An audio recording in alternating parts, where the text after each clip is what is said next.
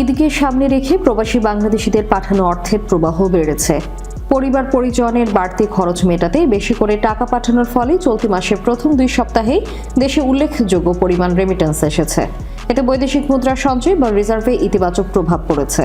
কেন্দ্রীয় ব্যাংকের সর্বশেষ তথ্য অনুযায়ী 16 মার্চ পর্যন্ত দেশের মোট বৈদেশিক মুদ্রার রিজার্ভ দাঁড়িয়েছে 34.22 বিলিয়ন ডলারে।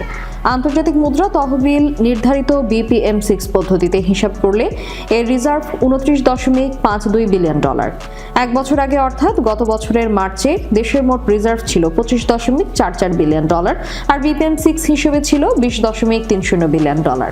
সেই হিসেবে এক বছরের রিজার্ভ বেড়েছে প্রায় 9 বিলিয়ন ডলার। তবে মোট রিজার্ভের পুরোটা ব্যবহারযোগ্য নয়।